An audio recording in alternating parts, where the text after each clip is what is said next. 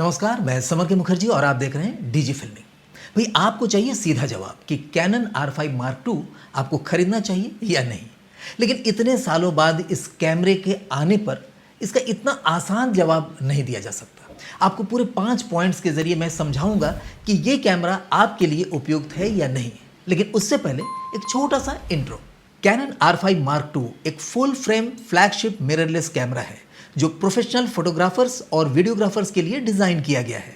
इस कैमरा में 45 megapixel full frame sensor और 8K raw video recording capabilities है।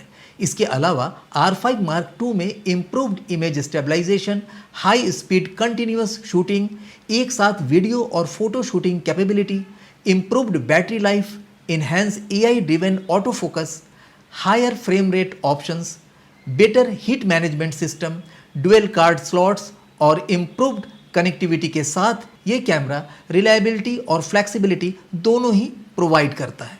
चाहे आप वाइल्ड लाइफ फोटोग्राफी कर रहे हों या सिनेमैटिक वीडियोस बना रहे हों, कैनन R5 Mark II आपके क्रिएटिव विजन को परफेक्टली कैप्चर करने में आपका मदद करेगा। पर क्या आपको इसे खरीदना चाहिए?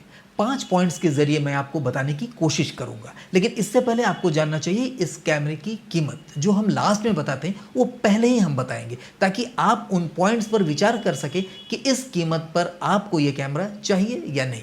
इस कैमरे की जो कीमत है, बॉडी की कीमत है, वो तकरीबन 4,05,000 के आसपास में है।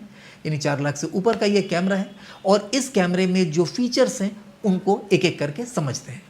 पहला पॉइंट है हाई स्पीड डाटा कैप्चर। देखिए इसमें जो प्रोसेसर है वो है डिजिक X का और साथ ही एक और चिप दिया गया है वो है डिजिक एक्सीलेटर का। ये दोनों मिलकर के बहुत ही फास्ट प्रोसेसिंग करता है क्योंकि हाई स्पीड में इसको वीडियो कैप्चर करना होता है या बहुत ज़्यादा FPS पर इसको स्टिल फोटोग्राफ्स वो भी 45 मेगापिक्सल का कैप्चर करना होता है। तो दोनों के लिए प्रोसेसिंग स्पीड ज़्यादा होना चाहिए। पहला तो इसमें करना पड़ता है कि 60p पर 8K की शूटिंग कर रहे हैं और साथ ही दूसरे कार्ड पर ये क्या करता है, प्रॉक्सी वीडियो, HD वीडियो जो है वो प्रॉक्सी के रूप में शूट करता है ताकि आप उस पर एडिट कर सकें। इसी में दूसरा जो इसका फीचर है वो है डुअल रिकॉर्डिंग का, यानी स्टिल और वीडियो दोनों की शूटिंग एक साथ करता है। यानी एक कार्ड पर ये वीडियो को शूट कर रहा है, दूसरे पर स्टिल फोटोग्राफ्स को शूट कर रहा है और दोनों ही बेहतर ढंग से एट ए टाइम कर सकता है। लेकिन इसमें दिक्कत है, आपको जो वीडियो शूट करके देता है वो 4K का नहीं देता बल्कि HD का शूट करके देता है और जो फोटोग्राफ्स क्लिक करता है वो भी 45 मेगापिक्सल का नहीं करता है, 33 के आसपास का कैप्चर करता है। तो इससे अगर आपका काम चल जाए, यानी कोई ऐसा इवेंट शूट करने गए हैं जहां पर आपको बोला गया है कि भाई एक ही कैमरे से आप वीडियो भी शूट कर दीजिए, स्टिल भी शूट कर दीजिए, तब तो ये अच्छा है। लेकिन जब इतने अच्छे कैमरे लेकर के आप जा रहे हैं तो आप एक और दूसरा कैमरामैन ले सकते हैं ताकि अलग अलग एंगल पर प्रॉपर ढंग से आप वीडियो और स्टिल शूट करें। तो ये फीचर अच्छा तो है लेकिन यूज़फुल नहीं है, मुझे नहीं लगता है। इसी पॉइंट में तीसरा फीचर है प्री कंटिन्यूअस शूटिंग की, यानी जब आप किसी स्टिल फोटो को ले रहे हैं उस समय इससे पहले अगर हाफ आपने शटर को पुश किया है तो 15 फ्रेम अलग से ये हमेशा शूट करता रहता है। यानी जब आप क्लिक करेंगे तो उससे पहले के 15 फ्रेम भी आपको मिल जाएंगे ताकि कोई भी ऐसा क्षण आपका मिस ना कर पाए। अगर कोई पक्षी बैठा हुआ है, बैठी हुई है या उड़ने की तैयारी में, जैसे ही वो उड़ता है आपने फ़ोटो को क्लिक करता है तो उस समय प्रॉपर हो सकता है आपको शॉट ना मिले। तो उसके लिए 15 फ्रेम बैक में जाइए और कोई भी एक फ्रेम आप चूज़ करके उसे रख सकते हैं। ये अच्छा है, लेकिन इसके लिए ही तो डाटा रेट ज़्यादा पड़ता है, प्रोसेसिंग फास्ट करना पड़ता है। लेकिन ये बहुत इंपॉर्टेंट है या नहीं ये आपको सोचना है। अगर आप एक स्टिल फोटोग्राफर हैं तो ये अच्छा है। पॉइंट नंबर 2 पर आते हैं, various advanced auto focus system. इसके अंदर एडवांस जितने तरीके का ऑटो फोकस सिस्टम होता है लगभग सब तरीके इसके अंदर दे दिया गया है, जिसकी वजह से आपकी ट्रैकिंग करने में, फोकसिंग करने में ऑटोमेटिकली आपको कोई दिक्कत का सामना नहीं करना पड़ेगा। एक एक करके इसके फीचर्स को समझते हैं ऑटो फोकस में। पहला है AF ट्रैकिंग। देखिए इसमें डुअल पिक्सल इंटेलिजेंट AF है जिसकी वजह से ये खुद समझ लेता है कि किसे फोकस करना चाहिए अगर आपने किसी को ट्रैक करके रखा है तो। होता क्या है कि कभी भीड़ में किसी एक को आपने ट्रैक करके रखा है और वो इधर उधर टहल रहा है, जा रहा है और उसके सामने से दूसरे व्यक्ति भी आ रहे हैं, तो जब कोई क्रॉस करता है उसके सामने से नॉर्मल कैमरे में फोकस शिफ्ट हो जाता है, लेकिन इसमें ऐसा नहीं होता है। ये कुछ देर के लिए इंतज़ार करता है, जैसे ही पहला व्यक्ति जिसे आपने ट्रैक करके रखा हुआ है उसे कंटिन्यूअस ट्रैकिंग पर रखता है, उसे ही फोकस में रखता है। तो ये इसकी इंटेलिजेंसी होती है। नेक्स्ट है रजिस्टर पीपल प्रायोरिटी। ये एक नया फीचर है। इसमें आप मेन लोगों को प्रायोरिटी के आधार पर रजिस्टर करके रख सकते हैं। जैसे 8-10 लोगों को आप सेलेक्ट कर सकते हैं एक एक करके कि मेरे लिए प्रायोरिटी में ये व्यक्ति है। अगर भीड़ में या कहीं पर भी गैदरिंग में ये दिखाई दे जाए तो इसे फर्स्ट आप फोकस में रखें। लेकिन मुझे नहीं लगता है कि इसकी ज़रूरत पड़ेगी। आपको हर बार किसी इवेंट में जा कर के आपको एक रजिस्टर करना होगा और प्रेफर करना होगा कि किसको आप पहले रखेंगे, किसको आप सेकंड नंबर पर रखेंगे। मुझे नहीं लगता है कि इसकी ज़रूरत पड़ेगी। और नेक्स्ट पॉइंट है आई कंट्रोल्ड एफ, यानी आई के ज़रिए आप एफ ऑटो फोकस को कंट्रोल कर रहे हैं। इसके लिए जो इसके अंदर व्यू फाइंडर होता है उसमें आपको आंख लगा करके पहले अपने आई का कैलिब्रेशन करना होता है, कैलिब्रेट करना होता है। जिस तरह से आपको फिंगर कैलिब्रेट करना होता है या फेस कैलिब्रेट करना होता है मोबाइल में, उसी तरह से आई को कैलिब्रेट करते हैं ताकि आप जिन जिन कॉर्नर्स पर आपने कैलिब्रेट करके रखा है, जब आप उस तरफ देखते हैं तो ऑटोमेटिकली कैमरा उधर फोकस कर लेता है। लेकिन ये बहुत ही बचकाना हमको लगता है। कोई भी प्रोफेशनल आदमी इसको ऑन करके नहीं रखेगा, क्योंकि कई बार क्या होता है भीड़ में आप किसी को फोकस करके रखें, लेकिन आपने अचानक देखा कि भाई वो आदमी आ रहा है कि नहीं या दूसरे तरफ कोई इंपॉर्टेंट काम हो रहा है कि नहीं, आप नज़र घुमाते हैं और फोकस शिफ्ट हो जाता है। आपको नहीं चाहिए था, लेकिन इसमें ऐसा होगा। फीचर सुनने में समझने में बहुत अच्छा लगता है। हाँ, कुछ जगह पर हो सकता है ये काम कर जाए जहाँ पर बहुत फास्ट गाड़ियों का रेस चल रहा है या कोई बास्केटबॉल, फुटबॉल या ऐसा कोई प्ले खेल रहा है, वहाँ पर बॉल के साथ साथ आप आई मूव कर रहे हैं, तो वहाँ पर हो सकता है ये कुछ काम कर जाए। लेकिन वहाँ पर मैक्सिमम वाइड एंगल होता है तो उसमें फोकस हो रहा है नहीं हो रहा आपको पता भी नहीं चलेगा। हो सकता है बहुत बड़े स्क्रीन पर उसका कुछ फ़र्क पड़े, लेकिन मुझे नहीं लगता है कि एक प्रोफेशनल सिनेमेटोग्राफर को इस फीचर्स की कोई ज़रूरत पड़ेगी। वैसे भी जो भी ऑटो फोकस के सिस्टम होते हैं ना, वो किसी भी प्रोफेशनल कैमरे में नहीं होते हैं, क्योंकि जो लेंसेज हाई एंड के लेंसेज आते हैं उसमें इस तरह के कनेक्टिविटी नहीं दिया जाता है कि आप उसको आप अगर मास्टर प्राइम लेंस ले लीजिए या अल्ट्रा प्राइम लेंस ले लीजिए, किसी भी तरह के ऐसे लेंस जो अच्छे लेंस होते हैं उनको अगर आप किसी भी कैमरे के साथ जोड़ेंगे तो इस तरह का ऑटो फोकस का काम बिल्कुल नहीं हो सकता है। अब पॉइंट नंबर 3 पर आते हैं, अदर इंपॉर्टेंट फीचर्स। देखिए, कैनन लॉग 3 तो था ही, कैनन लॉग 2 में आपको मिलेगा 16+ का डायनेमिक रेंज। काफ़ी अच्छा डायनेमिक रेंज है और ये डेफिनेटली अच्छा माना जाएगा अगर इस पर अगर आप शूट करते हैं तो।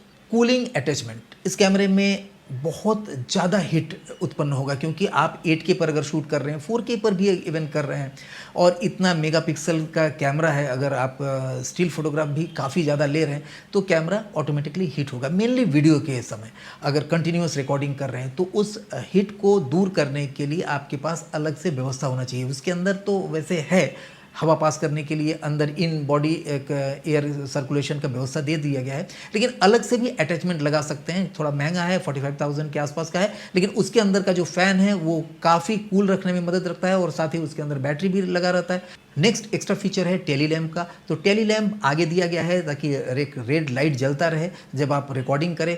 तो ये कहीं कहीं पर काम करता है, कहीं कहीं पर नहीं काम करता है। कहीं पर तो हम सोचते हैं कि भाई पता ही ना चले कि रिकॉर्डिंग मैं कर रहा हूँ, ताकि कैंडिड रिकॉर्डिंग हो सके। तो उसमें आपका रेड लाइट देख करके जो सामने वाला है वो समझ जाएगा कि मेरी रिकॉर्डिंग हो रही है। हाँ, अगर आप कोई फिल्म बना रहे हैं तो या ऐसा मल्टी कैमरे से शूटिंग कर रहे हैं तो वहाँ पर पता चलता रहता है कि भाई इस कैमरे पर शूट इस समय हो रहा है, इस कैमरे पर नहीं हो रहा है। तो जो एंकर है या जो एक्टर है उस हिसाब से अपना परफॉर्मेंस दे सकता है।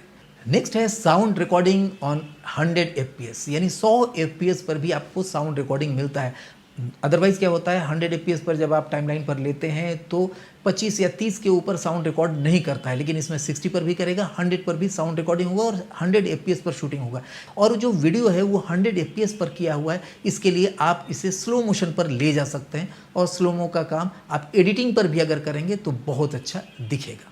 एडवांस्ड स्टिल की फीचर है जिसमें आप अप स्केलिंग कर सकते हैं, इन कैमरा अप स्केलिंग कर सकते हैं, यानी मेगापिक्सल्स को और ज़्यादा बढ़ा सकते हैं। मुझे नहीं लगता है कि इसकी कोई ज़रूरत है, क्योंकि मेगापिक्सल बढ़ने से आपकी पिक्चर की क्वालिटी बहुत अच्छी नहीं हो जाती है, बल्कि फ़ोटोग्राफ्स की साइज़ बड़ी हो जाती है। अप्रिजमेंट फीचर्स, ये पहली बार किसी कैमरा इंडस्ट्री में यूज़ हो रहा है ये शब्द। अप्रिजमेंट मतलब होता है तुष्टीकरण फीचर है। ये तुष्ट करने के लिए जो कि राजनीतिक दल करते हैं, तुष्टीकरण की नीति अपनाते हैं कि भाई इसको भी वोट बैंक बना लो, इसको भी तुष्ट करो, उसको भी तुष्ट करो, सब लोगों को तुष्ट करके रखो ताकि वोट बैंक बना रहे। तो उसी तरह से ये खरीदार बनाने के लिए ये इन्होंने क्या कि हर एक को तुष्ट किया है। इन्होंने सोचा है कि स्टिल फोटोग्राफर है तो उसके लिए भी कुछ फीचर्स दे दो, वाइल्ड लाइफ फोटोग्राफर है उसके लिए ये दे दो, हाँ सोच रहा है कि स्पोर्ट्स फोटोग्राफर है उसके लिए ये दे दो, अगर सिनेमा कोई लवर है अगर फिल्म बनाना चाहते हैं तो उसके लिए 8K दे दो, 60p दे दो, जबकि 60 की ज़रूरत नहीं है, 24p पर शूट करना होता है। इवेंट शूट करना है तो उसके लिए भी अलग से फीचर्स दे दो। तो हर एक के लिए इसमें कुछ ना कुछ दिया गया है, यानी हर एक को तुष्ट किया गया है। यानी कोई भी सिनेमाटोग्राफर, कोई भी कैमरा पर्सन ये नहीं कर सकता है कि ये कैमरा उसके लायक नहीं है, ज़रूर है। लेकिन यहीं पर एक दोहा याद आ जाता है रहीम का, अगर आपने भी पढ़ा होगा कि एक ही साध है सब सधे, सब साधे सब जाए। आपको किसी एक चीज़ पर फोकस करना चाहिए। अगर सिनेमा कैमरा है तो सिनेमा कैमरा बनाइए, स्टिल फोटोग्राफी के लिए बेहतर कैमरा बनाना है तो उसके लिए बनाइए, एक्शन के लिए कैमरा बनाना है तो उसके लिए बनाइए। तो वो ज़्यादा लोगों को पसंद आता है। मुझे ऐसा लगता है कि जो फुल प्रोफेशनल होते हैं वो उसके लिए जाते हैं।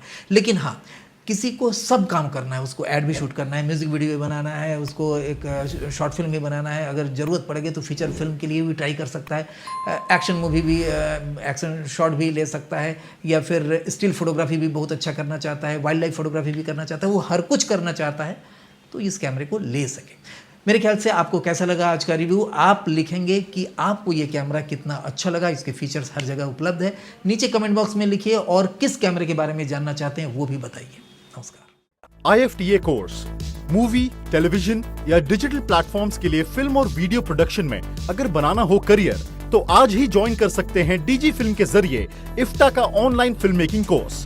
डिजिटल फिल्म मेकिंग के कंप्लीट ऑनलाइन कोर्स करने के अलावा आप director of photography, creative film direction, video and movie editing, movie screen writing, publicity marketing and acting and modelling craft course को भी कर सकते हैं। डायरेक्टर समर के मुखर्जी द्वारा आसान तरीके से समझाए जाने वाले ये पूरे विश्व में अपने तरह का एकमात्र ऑनलाइन कोर्स है जो लो कॉस्ट होने के साथ साथ पूरी तरह से प्रैक्टिकली इफेक्टिव है। इफ्टा के स्टूडेंट्स देश में ही नहीं बल्कि विदेशों में भी इन कोर्सेज को करने के साथ साथ फिल्म मेकिंग के फील्ड में अपने बेहतर करियर का आनंद ले रहे हैं। ज्वाइन करिए इफ्टा ऑनलाइन कोर्स। अभी कांटेक्ट करें डीजी फिल्मिंग को इस दिए हुए नंबर पर। आज ही ज्वाइन कीजिए डीजी फिल्मिंग का इफ्टा ऑनलाइन कोर्स। It works.